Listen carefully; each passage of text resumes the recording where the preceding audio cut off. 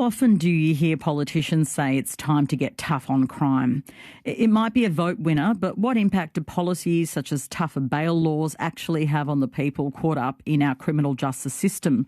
According to a report released this morning, more women in Australia are ending up in jail than ever before, and it's costing the country a lot of money. Melinda Cilento is the Chief Executive of the Committee for Economic Development of Australia who produced the report. Melinda, good morning. Good morning, Patricia. What are you seeing in regards to the increase in the numbers of women who are being held on bail or jailed across Australia? What's happening? Well, what we're seeing is that the rate of incarceration of females is increasing really rapidly. We've seen it increase by over 60%. It's outpacing the rate of incarceration of men. And just to put that into perspective, in Australia, we imprison people at faster rates than almost any other country in the OECD.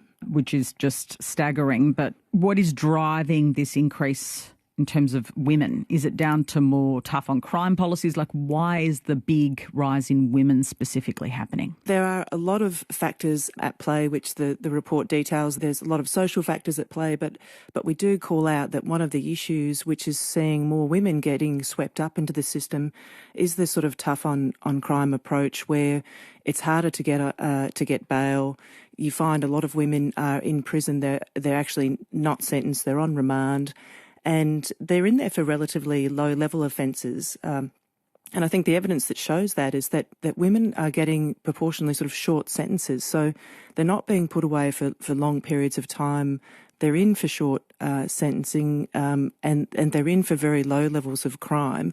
And that has tremendous impacts and costs to them, costs to their family. But as you said in your opening comments, it's also costing all taxpayers a lot more money. Okay, so just give us some examples when you say low-level crime, because I think it's important to actually describe it sometimes for people to get a sense of why people end up in these situations. Yeah, well, one of the things you're seeing is a lot of women who are actually in prison for drug offences. They're also in prison for low-level theft, for instance.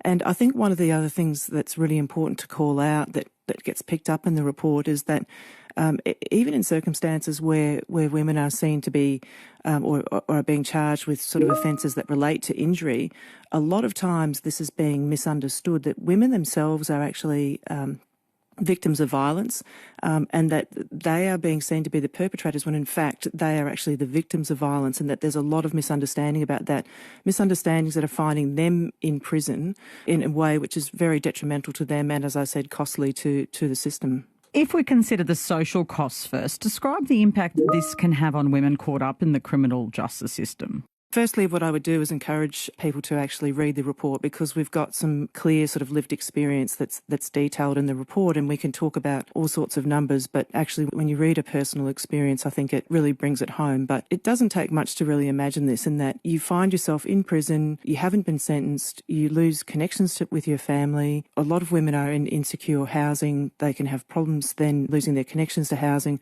Of course, they lose their connection to employment, and to community and family broadly, it's very traumatising. It's stigmatising for them. A lot of women in prison have children, stigmatising for their children.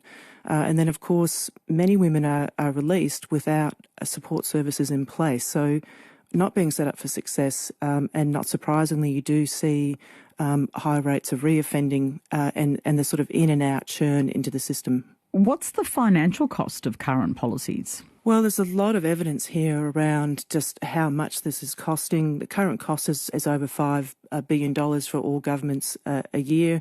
To put that in perspective, maybe something that's easier for people to understand, it's ballpark $330 a day for a person in prison. If we look at the current trends, it's going to end up costing us about $7 billion a year by 2030. So these are massive numbers. The costs of alternatives are much lower. And what we worked out or showed in the report is that if you were to halve the number of women in prison, you could save nearly $300 million by 2030. Wow, that's significant. If you were to halve it, how significant would the law reform need to be? It's a good question. Obviously, there would need to be serious law reforms, but we think that there are some steps that can be implemented now diverting women from going into prison, making bail more available for women, providing more support services and alternatives to prison for women, and then over time increasing your investment in the sorts of programs that prevent people from actually finding their way into interactions with the justice system at all. And there are good examples of all of those things that we include in our report. I think, Patricia, one of the things to just call out too is that when we've seen governments make commitments, set targets to actually achieve better outcomes, they do work. So actually committing to reducing the incarceration rates of women, we think is really, really important. How do you reassure Australians who are worried about crime and want to feel safe that these ideas actually work? I think, Patricia, that's actually the reason we put this report together. Sitting beneath the evidence that we've presented was a group of people who represent organisations that are working with prisoners, businesses that provide prison services and broader businesses. We're trying to bring people together to create the momentum that shows that if you look at the headline numbers, the system isn't working. We're putting more people in jail at a time when crime rates are falling. It's costing more money. We do have evidence that around the alternatives that work. We have evidence that these alternatives cost less and that the benefits over time are significant. So really what we have to do is to sort of build momentum for that and build the political will for that. Our focus on women is quite deliberate in that we think the evidence shows that women are being put away for low-level offences. We think that means lower level risk, and the benefits are really significant, not least because many women are the primary carers in their families. So that's the evidence that we're trying to get out there.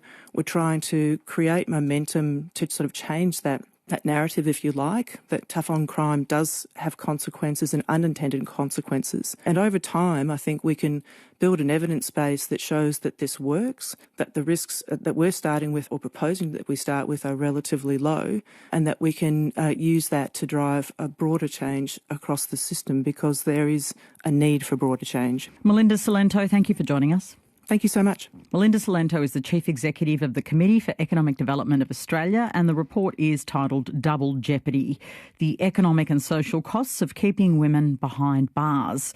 You're listening to ABC RN Breakfast.